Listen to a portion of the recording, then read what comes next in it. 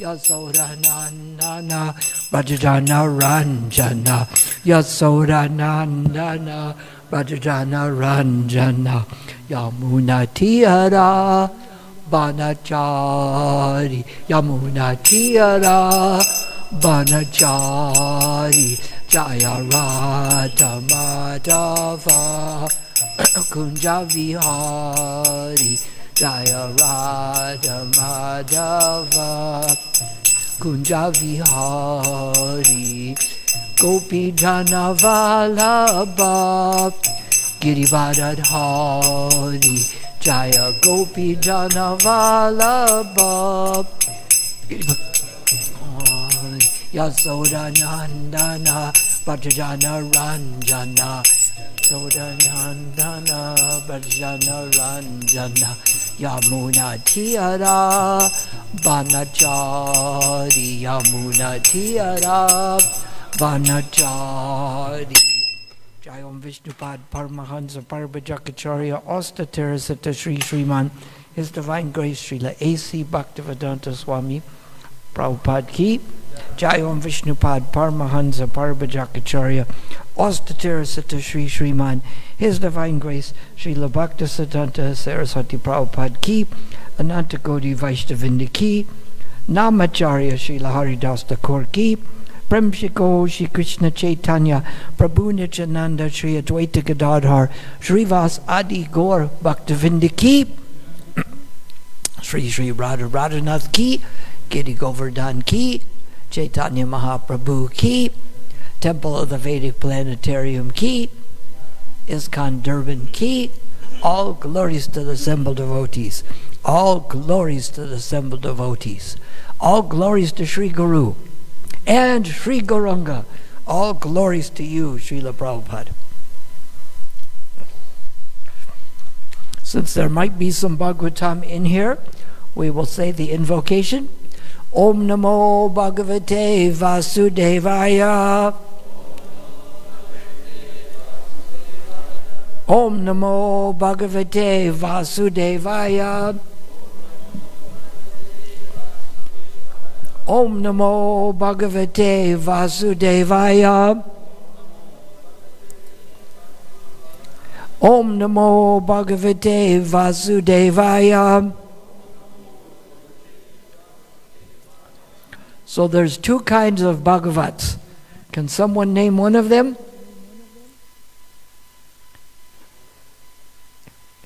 I know Maharaj can, but can others? The person, what else? It rhymes with look and begins with B. What is it? Oh, that should be easy, shouldn't it? How many hints do you need?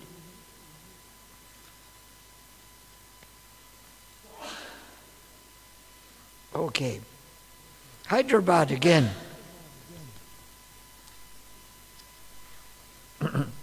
This is the Transcendental Diary, Volume 4, Chapter 3, Hyderabad, August 18th, 1976. Today is Krishna Janmashtami. We are fasting all day until midnight. Surprisingly, considering his weak condition, Srila Prabhupada said that he would also observe the whole fast. He has also contracted a slight case of dysentery since his arrival here. In the early morning, Prabhupada rang for me. That doesn't mean he called, it means he rang the bell. Usually people say they rang for someone, it meant they called, so we clarified that.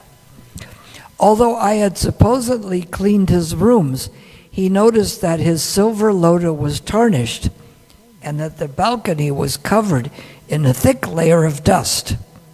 So he mildly reminded me that it was my service to attend to these things. He said that if I didn't do them, then he had to see to them himself. I sheepishly concurred. I had neglected the polishing of the lota because it was a task normally taken care of by the cleaning crew supplied by the host temple, and I had thus paid it scant attention. And although I had swept the floor of the room, I had neglected the balcony, thinking it would not be used. I am getting a little dull, but Srila Prabhupada is as sharp in his observance as ever. It wasn't just my negligence that he noticed. He took his massage early at 8:45 a.m. and called for Mahamsa and Gopal Krishna. He asked them why the temple was not being decorated with garlands of flowers, strings of mango leaves, and banana trees for the opening. He pointed out that although today was such an important occasion, the temple room was bare. Mahamsa's excuse was that he had been busy with all the other arrangements. Srila Prabhupada, obviously agitated at the lack of proper organization, also mildly chastised Mahamsa for the dirty and unfinished condition of his quarters. When he moved in, cement dust had been everywhere and the bathroom barely worked. Srila Prabhupada lightly thumped the bolsters flanking his asana and complained that they were so hard that they were no better than stones. The rooms of the spiritual master, he said, should be ready even before the deity rooms. This is the higher form of worship. Thanks to Srila Prabhupada's timely intervention, we were able to arrange suitable decorations in the time for the ceremonies. This is something amazing to remember. I remember in Mumbai, Prabhupada had not been feeling as well. And we went to an engagement at the biggest movie producer in India, J. Om Prakash's house. And we thought Prabhupada was not coming because Prabhupada had not been well. And J. Om Prakash ruined Indian movies for me. He said, I'll tell you the truth. Indian movies are corny, silly, because they're ready to kill each other, but they break for a dance and they come out with the pom-poms, and this is a silly arrangement. So I figured if he was the acharya of Indian movies and he says they're silly, there's no point in me watching them. Because in real life, like if the thieves are hijacking your car, do they break for a song and dance? Did this happen to anyone? Or do they just go on with the robbery? If you tell them, oh, let's break for a dance first. No? So I turned around and there was Srila Prabhupada right behind me. And J. Om Prakash had invited all the biggest Indian movie stars to the house, and Prabhupada gave a nice speech, and Dr. Bali, the husband of Vijayanti Mala, gave a talk about how much they give in taxes and how little the life membership was to become a life member, and helped ISKCON. And all the big movie stars in India became life members, people like Rajesh Khanna and Devanand and the Kapoor brothers. Now it's like the Kapoor, there was 4 of them, but they have grandchildren and children, and so many that are actors and actresses. Don't ask me the names. I know they begin with R's and K's, right? But they all became life members that night, and they remember it because I was in Mumbai many years later, and I called up Rajesh Khanna, and he says, who is this? And I told him that this is Kshudi Das. Do you remember when that you came to J. Om Prakash's house? And Prabhupada gave, oh yes, he says, I remember very well. And so they didn't forget Prabhupada, as important as they were. And that's the other thing to see here. Shrudi Kirti always says when they flew, I guess it was to Fiji, and Prabhupada asked Paramahansa Swami, why are you sleeping in the day? He says, well, the jet lag and I was tired. And Shrudi Kirti said, Prabhupada did not want to hear excuses. He wanted to hear what you're going to do to make it happen. We have to remember that if I made a mistake, then I fix it and move on. We don't have to feel bad about ourselves for making mistakes. We shouldn't be surprised when we do something wrong. We should be surprised when we do something right, because we're fallible beings. Raise your hand if none of these tendencies apply to you. Imperfect senses. Somebody here has perfect senses? Oh, he's behind the curtain. Tendency to make mistakes? Raise your hand if you don't have that. Are you raising your hand or just taking a photograph? You don't have a tendency to make mistakes? You do. Senses are imperfect. Who can see through the curtain and see the deity? And we have a tendency to cheat or be cheated. So, Prabhupada didn't like us to make excuses. We had to take responsibility and do something. He says, better to be sinful than to be inactive. You have to take some course of action rather than just do nothing. That's what I did when I was alone in South Africa. The Swami left me alone here. So I said, well, it was his job to start a temple. I'm just going to leave. Did I say that? That would actually been a good excuse. I didn't know who would kill me first, the Africans who didn't like whites or the government. So I could have said, well, I'm just the assistant. Why don't I just leave? But I knew that that would be bad for the devotees here because several things were true. If I didn't pay off the book debt and I didn't make contacts, no one else would want to come here. Because when you take over a temple, if it's a nice temple with assets and cars and devotees, that's what you get.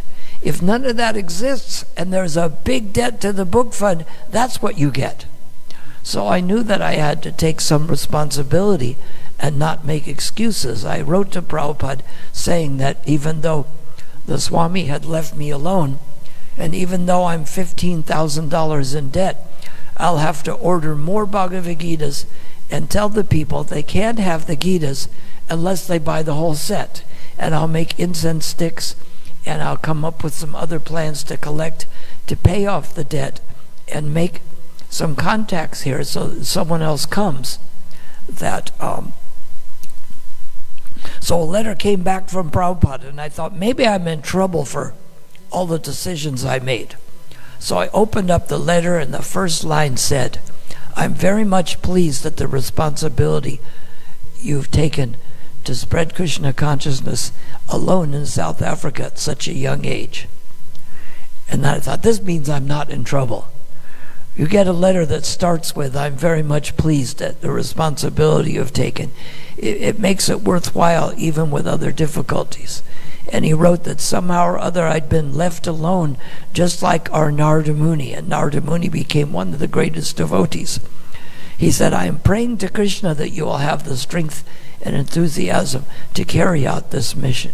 And this is the idea here. We may not be very qualified. We may not be very powerful. It's just like you may not be electrical engineer. But if you know where the connection is, and you stick the plug in, you can get light, or you can do the cooking. You can do many things just by knowing the connection. So we have to know that if we're connected to Prabhupada, we may not be much, but we're connected to the pure devotee who is executing Lord Chaitanya's mission, and then we're well connected. So let's see what else is here. Prabhupada went down to the temple at 11 a.m. And 15 minutes later, the chief minister, Jalagam Vengal Rao, the minister for endowments, Sagi Surnarayam Raju, Mr. Munyal Rao, and many other local politicians arrived. Srila Prabhupada sent the sannyasis to receive them at the front entrance to the property and escort them to the temple room. They then sat, and the two state ministers, on elaborately carved gold leaf chairs to Srila Prabhupada's right, offered Munyal Rao and a companion seats to his left. Mahamsa Swami acted as MC, announcing who each of the visitors were to the crowd of 4,500 people. Then he asked the chief minister to speak. Stepping up to the mic, the chief minister welcomed the crowd to the temple, which he described as a gorgeous ashram. He told the attentive audience, "It is not far from the truth to say that there is no place like this in our world." He lauded ISKCON and glorified Srila Prabhupada personally. 4. Reviving temple construction, temple worship, Gita Pranayam, and for disseminating Vedic culture to what he called advanced countries like the USA. He spoke for about 10 minutes, finishing with a request that everyone take full advantage of the facility ISKCON is providing. Mr. Raju then spoke, followed by Muniyal Rao. Mr. Rao addressed the crowd in Hindi, giving another strong personal endorsement. "We are very fortunate that Bhaktivedanta Swami Prabhupada, a very elevated personality, opened this temple with the generous donations of so many generous people, especially Mr. G. Pula Reddy. If they had not given this place, we could not have this temple. Therefore, I am indebted to all of those people who have helped in this temple." Prabhupada worked hard in the construction to get things going in things like Vrindavan and in Mumbai, because American people like to dally around, procrastinate, and do things later. And the Indians and South Africans are worse, aren't they? It's like the Mexicans, I say, "When will you do it?" Mañana, that means tomorrow. When will you do it? Could say, "Oh, kal is Hindi meaning tomorrow," right? Tomorrow. But Prabhupada didn't want tomorrow. He didn't like the excuses. You have to keep it going. That's why Prabhupada went somewhere. He started something right away. Prabhupada came to Mayapur, and this was 72 in February. And I'd gotten there a little earlier. They said, "Oh, we've notified Jayapataka Swami that you're coming." So we're driving along, and I see this shack, and they said, that's where his office is. So I get to there. He says, "Oh, yes, we heard that you are coming. You're most welcome here." He said, "You can stay with us in the building." I tell people this story, they think the conch, the lotus, the chakra, the Vamsi, the Gita Bhavan. And I said, "Where is the building?" He says, "This shack is the building." And that's why Prabhupada had them keep the Bhajan Kutir. And the Bhajan Kutir is just a straw hut, but it's still the fixed up version of what was there before. You know, in India, you have the pucca construction, really nice. And then there's the kachara, right? It's like a straw thatched hut, or the kachara rasta is the road with holes and things. So this should have had a sign, the Kachara Bhavan. It wasn't something that you'd put pictures of it in the Better Homes and Gardens. Like now they show the pictures of Nrsinga's temple and how nice it was. Not with this. It was just an old shack. You remember that shack, Maharaj? Before the Bhajan Kutir? Just the shack? Is what? Yes. Just the one was there, and now, of course, so much is there. But Prabhupada came there, and he didn't think about some time later. He brought all of his godbrothers together, and he laid the cornerstone.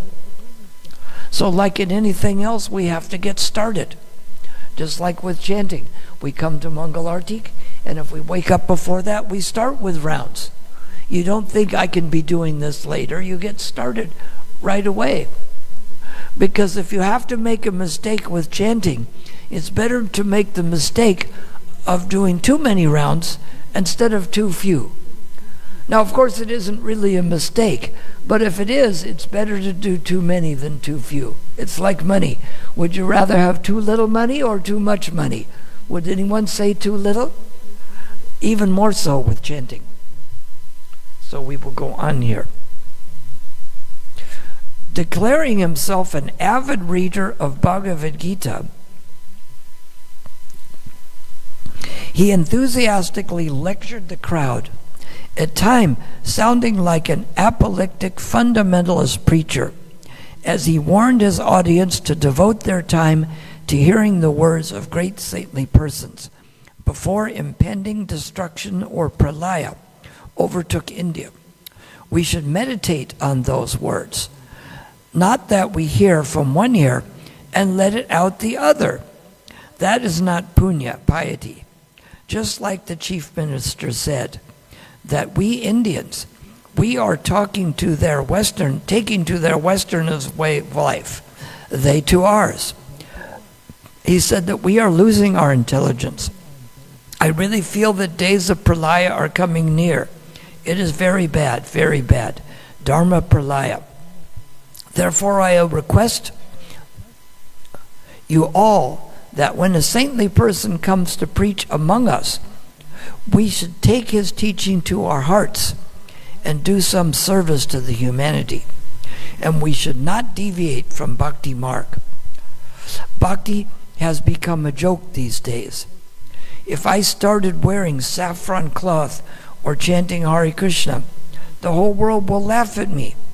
Therefore, please do not make fun of bhakti. Do not make fun of God. This is very sinful. When someone preaches about the absolute truth, both the speaker and the listener get the benefit.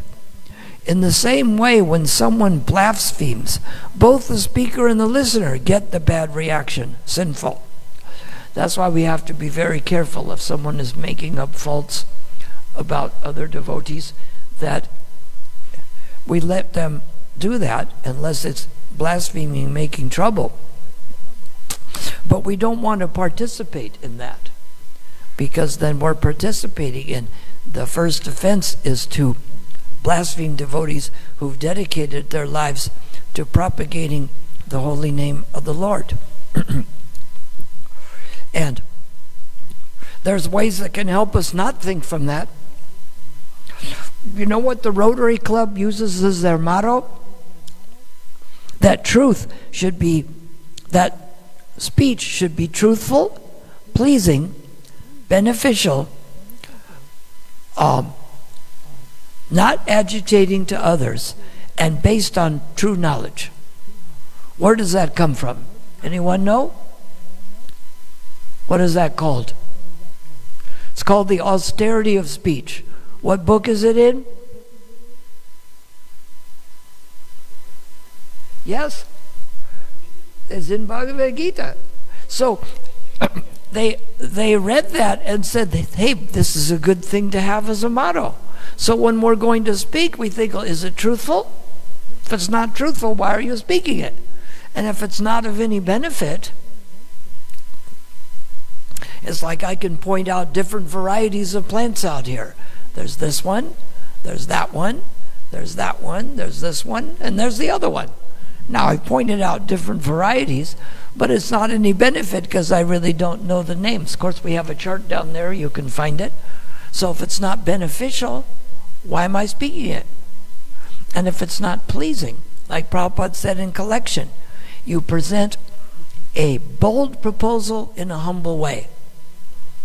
I could say, I really need 1 million rand. We better make it bigger, because rand has gone down. 100 million rand to complete this project.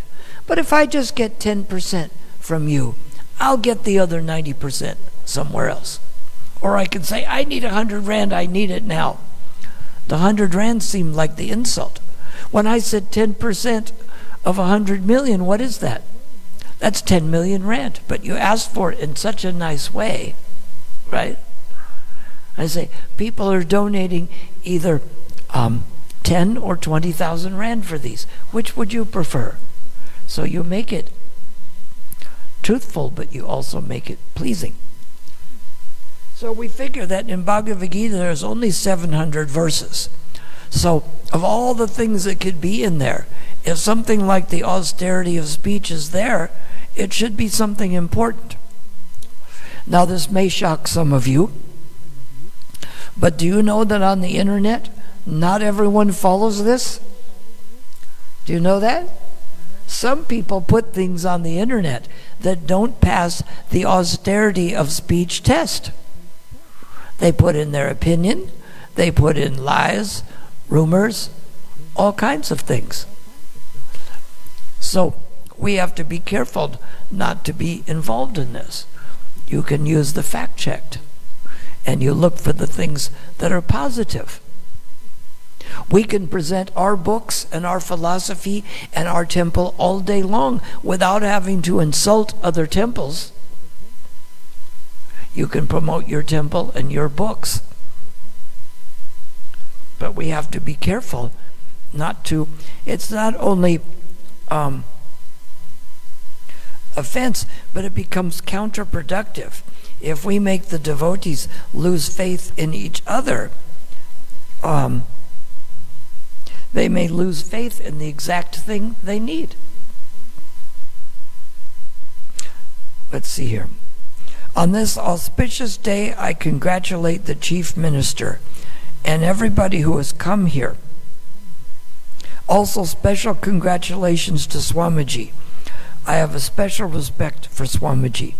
So many ministers, chief ministers, come and go, but their words always remain with us.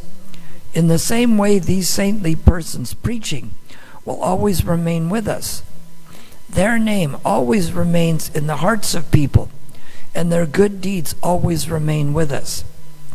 I have some special relationship with Swamiji. I have been watching him with all of his Western disciples. One of his disciples came and said to me, I have come from sinful Bhumi, the West, to speak to the people of Punya Bhumi. I was completely overwhelmed. So please try to understand Bhagavad Gita. Read it today. We are experts singing cinema songs. I won't sing any because my voice is bad and I don't know any. I also do that. I also play sitar. But I also read Bhagavad Gita, and I am proud of it. Therefore, please start reading Bhagavad Gita. You all just come and have darshan and offer me respects. This is not enough. But also try to elevate yourself more. Like one goes to Tirupati and chants Jai Govinda, Govinda, Govinda, and then leaves, becomes more devoted. One devotee was in China and he was singing, and someone said, oh, can you sing some Hindi movie songs to us? So he thought, and then he sang, Yasomati Nandana Braja Bharanagara Gokula Ranjana Kana. 2 reasons for that. Number 1, he wanted to sing something transcendental, not a Hindi movie song. And number 2, he didn't know any Hindi movie songs. So it's good when the substitute is better than the real thing, isn't it? I am glad the Swami graced my house yesterday. He also comes whenever he comes to Hyderabad. I think everyone who has come to attend this function, a lot more people should come. In Srila Prabhupada's keynote address, he spoke on Srimad Bhagavatam 176. He told the audience that the literary contribution of Vyasadeva is not possible for anyone else to repeat in any age, and that of all the literatures presented by Vyasadeva, the Srimad Bhagavatam is the spotless Purana, free of any cheating. In it, bhakti is established as the stage beyond liberation. Although some may claim otherwise, Srila Prabhupada emphasized that this is not the opinion of Shastra, he told the crowd. It is a misconception that bhakti helps moksha. Brahma Bhuta Prasanatma. Without Brahman realization, Aham Brahmasmi, there cannot be jubilation, prasanatma. He said that because bhakti is enacted on the liberated platform, the Krishna consciousness movement may therefore be a little difficult to understand. He quoted Bhagavad Gita 7.3 and said, we understand superficially. Krishna was born in Mathura, and he was the son of Vasudeva, and so on, so on. But one has to understand Krishna, tattvataha. And Krishna says, Janma karma cha me divyam Yo janati tatvataha takvadeha punarjanma nayatimam sati Arjuna. We'll get back to this at the end here. If you understand simply Krishna tatvataha, then immediately you become liberated. Mr. Rao has stressed that everyone should read Bhagavad Gita, and so did Srila Prabhupada. We are missing our own culture that we do not take very much care to understand Bhagavad Gita as it is. We make our wrong interpretation and spoil the whole thing. These habits should be stopped. Otherwise, our culture is almost already lost. Then this Bharatiya culture, it is very important culture. Chaitanya Mahaprabhu has said that para upakara, the Bharata Bhumi is meant for doing good to others. Bharata Bhumi is not meant for exploiting others. That is Chaitanya Mahaprabhu's mission. Because every Indian is born Krishna conscious. Naturally, he's got instinct. Don't destroy it, don't destroy it. This is our request. If we simply introduce this Krishna consciousness movement, we'll very soon see that the face of India is different. Because he was following Krishna's direction, he said that Krishna consciousness was successfully spreading all over the world, modestly referring to his hard labor of the last 11 years as only a teeny humble attempt.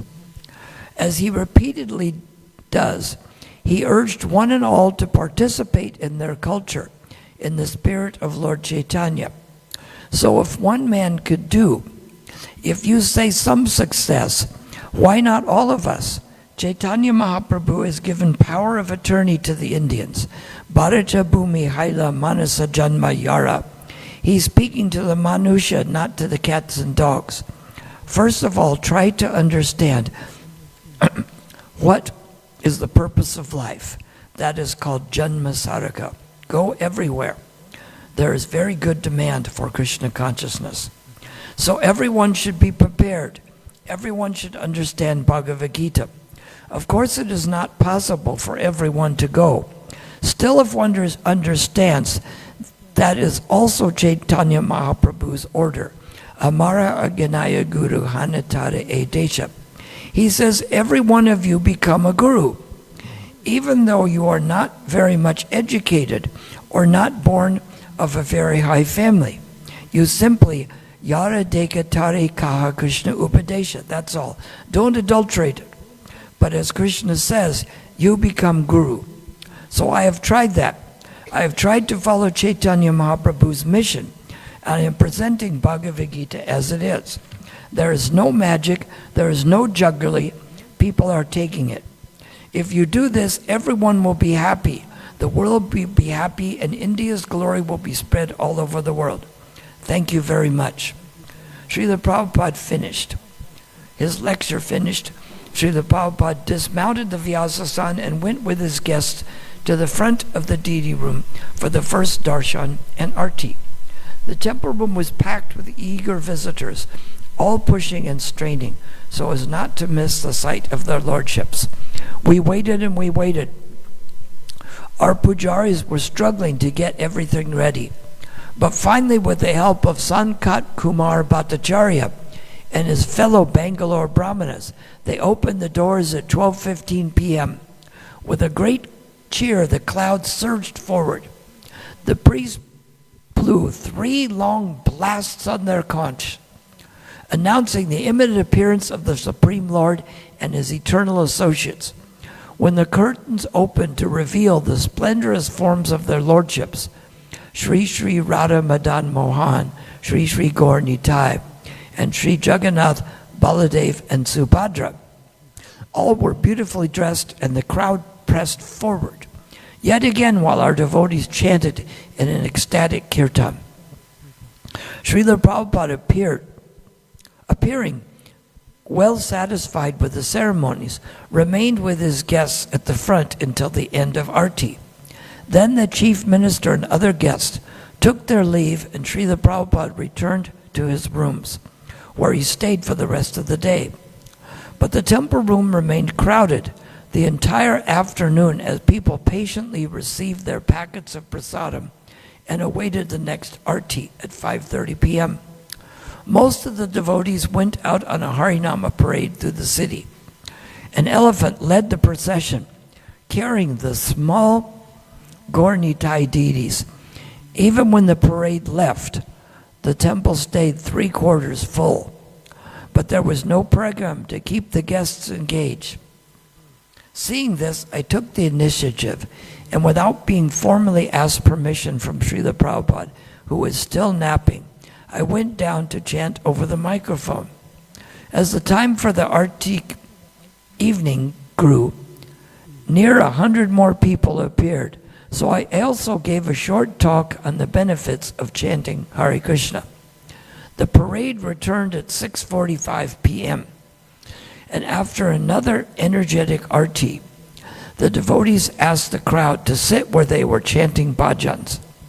During the chanting, Mahamsa came to Srila Prabhupada's room and requested him to sit on the balcony and benedict the crowd with his darshan. Prabhupada was happy to oblige. He happily set a padded cotton mattress on the little overhang, and Prabhupada sat there, high up in the temple room, chanting along with the devotees and encouraging the crowd to join in. The fact that the balcony still lacked a railing turned into an advantage because his divine grace could easily be seen by all. He stayed out there for about 20 minutes and threw flowers down to the crowd. When the bhajan ended, Srila Prabhupada returned inside, and the enthralled audience was then shown the film Spiritual Frontier. In the late evening, Srila Prabhupada asked Palika to cook Ekadasi prasadam. She served it to him around 10:45. We are all amazed that he had managed to complete the fast. Just before he took rest at 11:15 p.m., it began to pour with rain.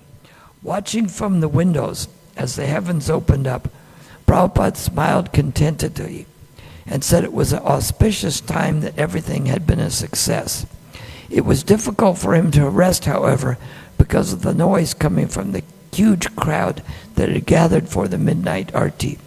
As it turned out, arti wasn't actually held until 12:40 a.m., but everyone waited patiently and stayed on for the feast afterwards. So a few things that Prabhupada mentioned here. He says, we make a wrong interpretation and spoil the whole thing. These habits should be stopped. This is something Prabhupada made it very important, that he spent so much time, his main business was to translate the books. Someone was saying, Giriraj Maharaj said to Prabhupada, Prabhupada, I think that your two main things that make you happy are the distribution of your books and the building of the temple of Vedic Planetarium in Mayapur. And Prabhupada said, yes, you have understood my mission. And these things are important in here because we see there's many Vedic truths. But of course, most important, we read in the Bhagavatam about ancient stories, but Krishna spoke himself Bhagavad Gita just 5,000 years ago. And I read the verse there, Evam parampara praptami mam. No, that's before that. Janma karma cha me divyam evam yo veti takvataha takvadeha punarjanma naiti mam eti. So Arjuna, one who understands the transcendental nature of my appearance and activities, does not upon leaving this body take his birth in the material world, but returns to my abode. So Prabhupada is giving one of the magic formulas there. Other magic formulas, like Krishna says, to those who are constantly devoted and worship me with love, I give the understanding by which they come to me. Tesha satatam yuktanam bhajatam priti purvakam tadami buddhi yogam tam evam yam upayanti te. That's a simple formula. To those who are constantly devoted, does that mean every other Friday? What does constantly mean?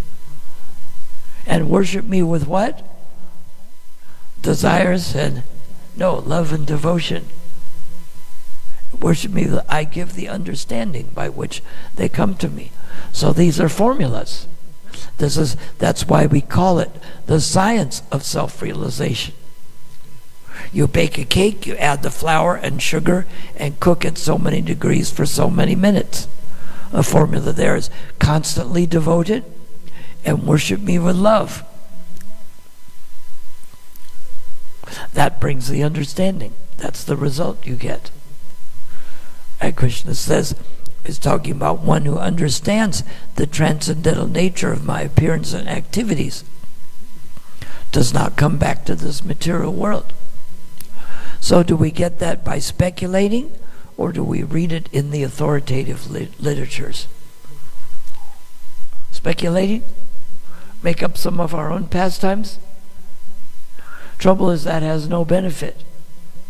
It's like giving directions to the country of Namibia that Trump talked about. It doesn't exist, so you can't give directions to there.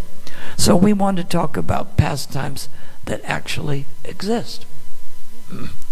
Krishna gives a couple other instructions about receiving knowledge. He says in the 34th verse of 4th chapter,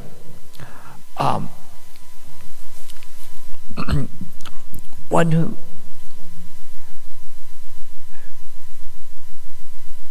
how does that verse start? What's the first verse? 434? What is it? Tad vidi prani prashnena pari prashnena sevaya upadekshanti teganam gunanivas tatvadarshanaha. Sorry, my brain skipped a beat there. That one should approach a self-realized spiritual master, inquire submissively from him, and render service to you. The self-realized spiritual master can impart knowledge to you because he's seen the truth. There's a big difference between someone who's seen the truth and someone who knows something about it, or someone who speculates about it, isn't it? Yes? So is this the important thing to have? It's important to find one like that, right? So do we find sometimes people say that they invented their own process and they became self-realized? You hear this. So is that good because you need someone self-realized? It's like you need a cricket player to teach you cricket, so I dress up in a cricket outfit and have a cricket bat. That makes me qualified to teach it, right? I'll even put the number on my uniform of some famous cricket player. So am I qualified to teach cricket? I can teach something about cricket. It's a sport. There's 11 players. They have a bat, a ball, and a wicket. But I can't describe to you what the ball and the wicket look like. What, can I make you a famous cricket player? Even if I have the right uniform? Or if you have a great big beard? Does that do it? Because then you're obviously a self-realized spiritual master. If someone shows the form, I'm in the cricket outfit, must be a cricket teacher, right? I even sit out on the cricket field. But this is where Bhaktisiddhanta gave the lecture about Vedanta. It's mortology and ontology. The mortology is the form, and the ontology is the real content. So if you make the form look right, but the content's not there, now which is important? I went with my son and daughter and granddaughter to Miami because there was foreclosure properties that if we were smart, we could get at a really good price, like 20 to 30% of original value. So we're staying in the motel, we had a couple rooms, and we all got dressed up to go to the temple for me to give the Sunday feast, and I'm in the dhoti and the kurta, and 3 men come around the corner in dhotis and kurtas. And I said, Hare Krishna. They said, what? How can you say what? You're dressed in dhoti and kurta. That makes you a devotee, right? Obviously, if they're devotees, right? So I said, are you going to the temple? They said, the what? What do you mean, the what? You're dressed, you must be a devotee. So as I'm leaving, they said, where are you going? The toga party's in here. They were going to a Greek toga party. They're dressed in a dhoti and a kurta. Did that make them a devotee? No, it meant they were going to the toga party. I could have gone to the toga party. I would have been a little out of place, but it would have been worse if we took one of them to the temple to give the lecture. He's in the dhoti and kurta, but would he feel uncomfortable giving a lecture? After all, when I said the temple, he said the what? So what if we put him on the Vyasa-san to give a lecture? He says, are you going to give a lecture from Bhagavad Gita? The what? But he has to know he's wearing a dhoti and kurta. That makes him a devotee, doesn't it? Looks like not. So the form was perfect, but the content wasn't there. Sometimes devotees go on book distribution in pants because it's easy to go or they get thrown out. But if they know the philosophy, they can give it. That's the content. So we have to remember ourselves.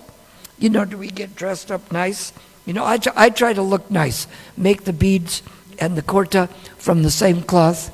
That's easy for sannyasis. Even easier for people who only wear white. But does that make you a devotee? Or is it the content? It's the content that's important. So then to get that content, it's important to be the self-realized spiritual master, like Srila Prabhupada is.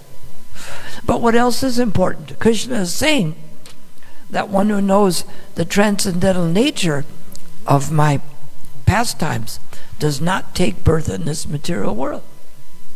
But how does one get knowledge about that? Makes it up? Sits out in the desert and gets realized knowledge? Well, maybe we'll go to the first verses before that 9th verse. Krishna says that in the beginning of creation, I imparted this imperishable science to the sun god Vivishwan. Anybody there? About 40 million years ago? Anybody remember that? There's someone in this room that does remember that. Where is he? He's on the altar there, yes. That's right. Anybody else remember it? Okay, there's something to note.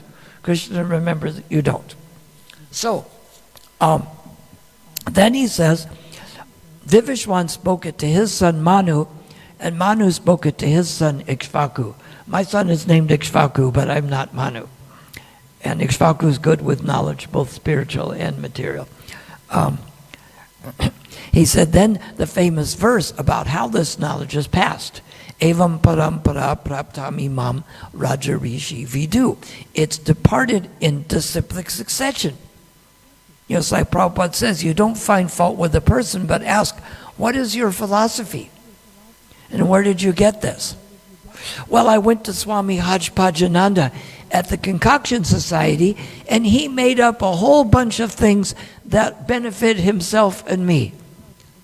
Now we know where they're at, right? So we see, what is your philosophy and where did you get it from? This knowledge was imparted in disciplic succession. And then Krishna says, the little bit of discouraging news, he says, but in the course of time, the succession was broken, and therefore the science as it is appears to be lost. And that's why we try to pass it on, just as Prabhupada gave it to us. Just like if I give you a cake recipe, and it says to add 2 cups of flour, 1 cup of sugar, and you add mangoes to make a mango cake. Instead, I say add 2, and you cook for 1 hour at 200 degrees. I say, well, add 2 of sugar, 1 of flour, cook for 5 hours at 300 degrees, and you add eggplants and green beans to make it a mango cake. Would that work right? No, you have to follow the formula that Krishna is giving, that are given in succession.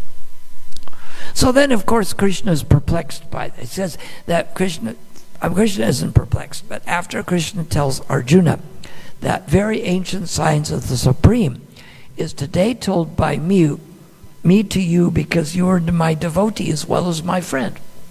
So of course Arjuna is a little perplexed.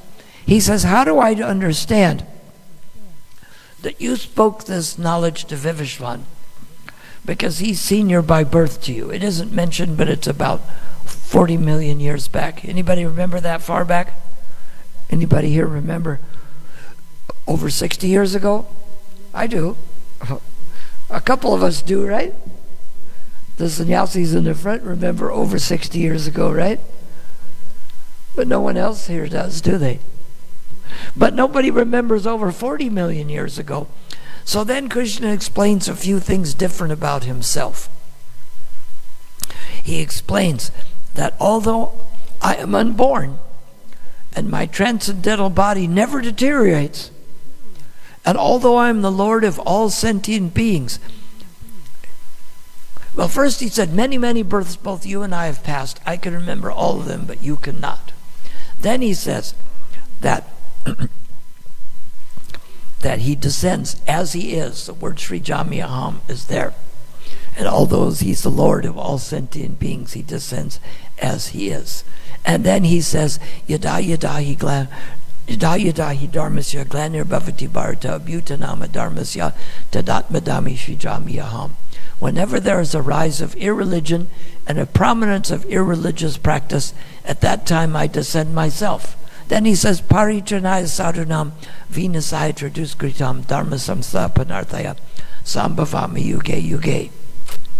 That in order to deliver the pious and annihilate the miscreants, I advent myself millennium after millennium.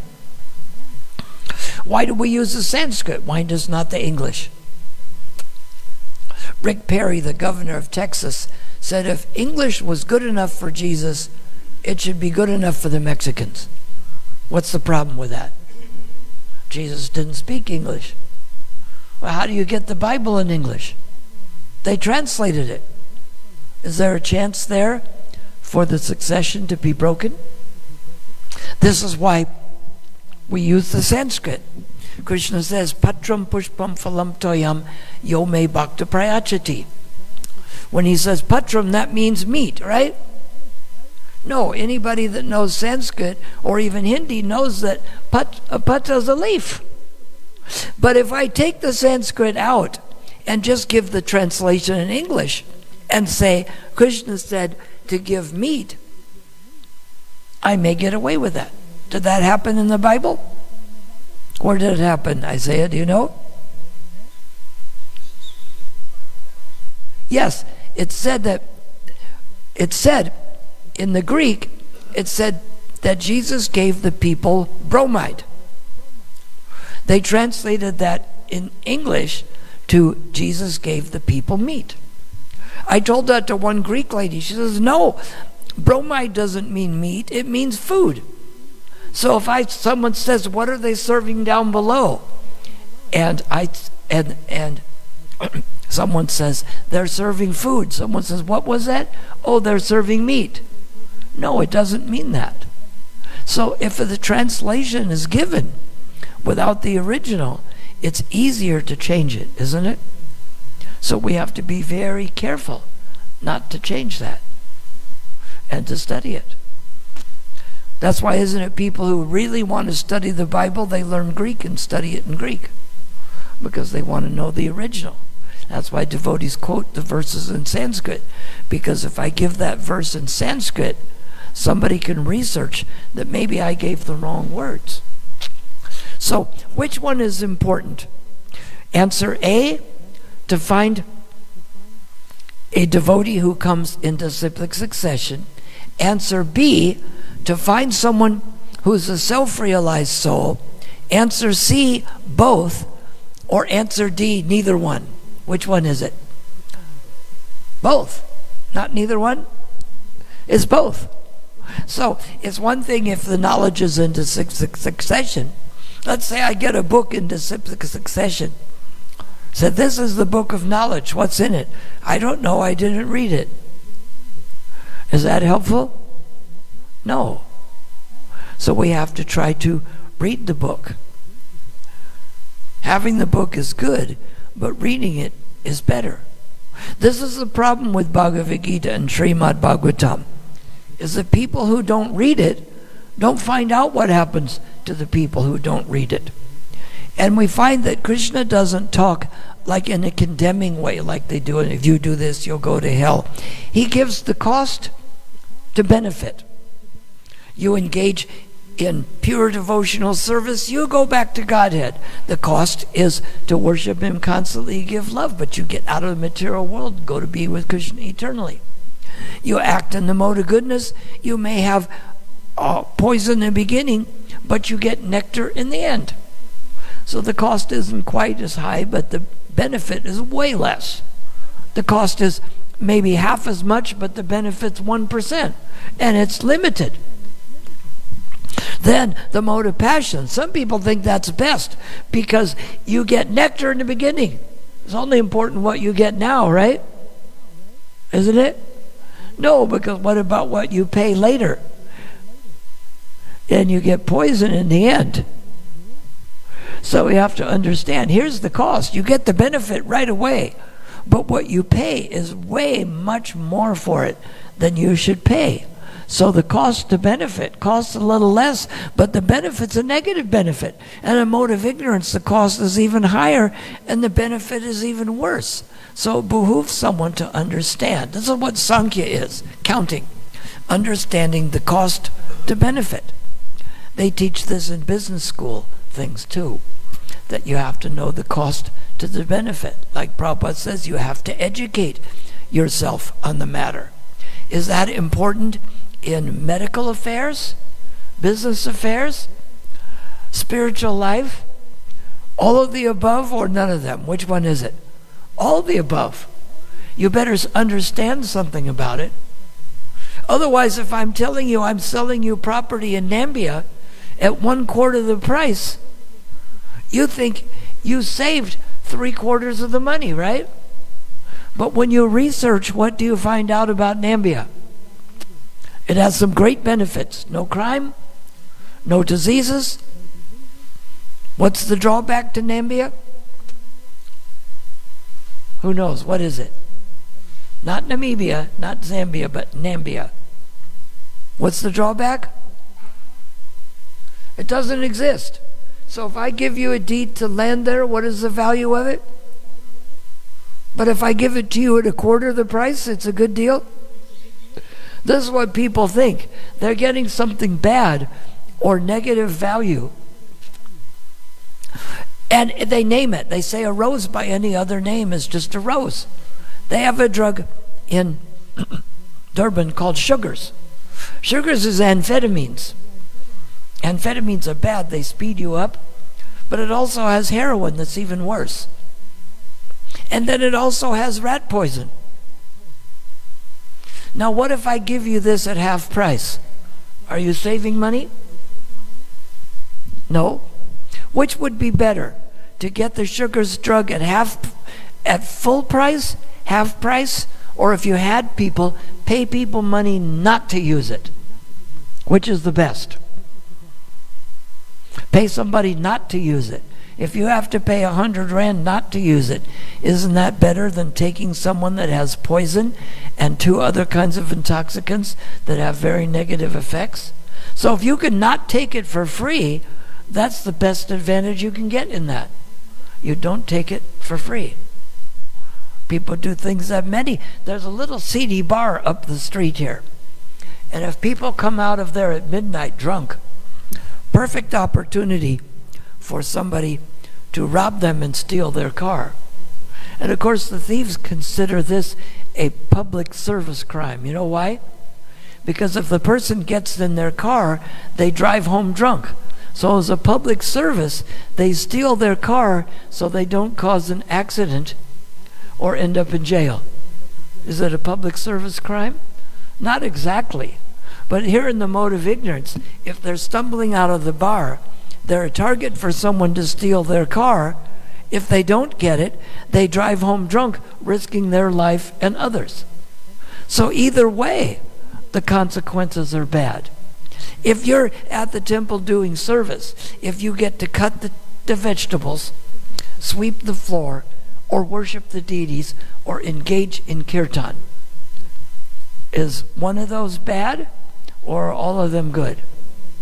So does it matter which one you get? If the choices are all bad, we have this drug, sugars. It has amphetamines, heroin, and rat poison. Or you get the choice of taking one of these alone. Which one is good?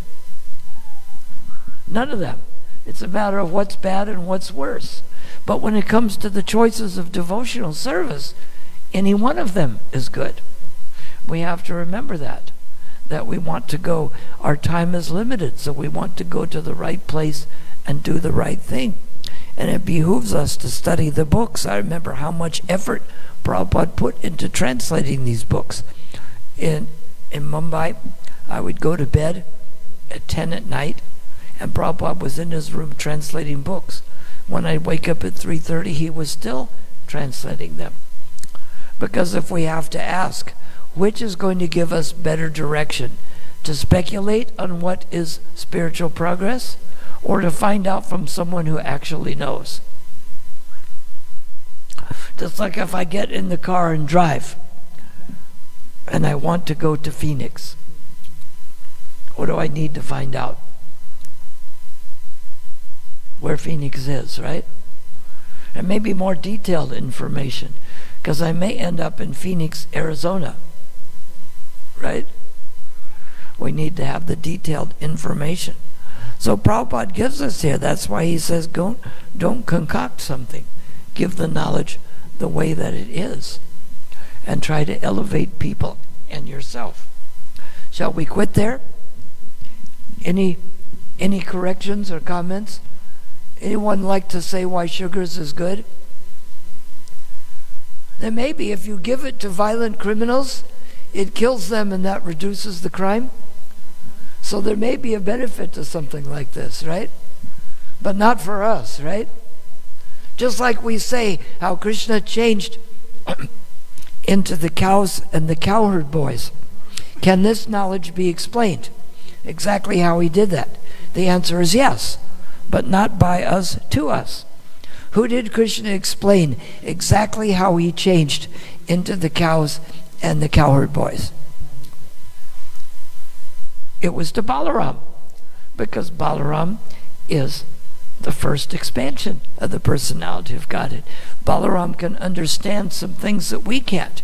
Even Brahma, with his 4 heads and lots of knowledge, he couldn't understand. But if we follow in the disciplic succession, we can get the knowledge. Like Krishna says, I give them knowledge by which they come to me. So we may not have all the knowledge, but if we connect with Krishna, just like I may not be an electrical engineer, but if I stick the plug in the socket, or if I stick a fork in the socket, I will find out about electricity. Did Prabhupada stick a fork in the socket?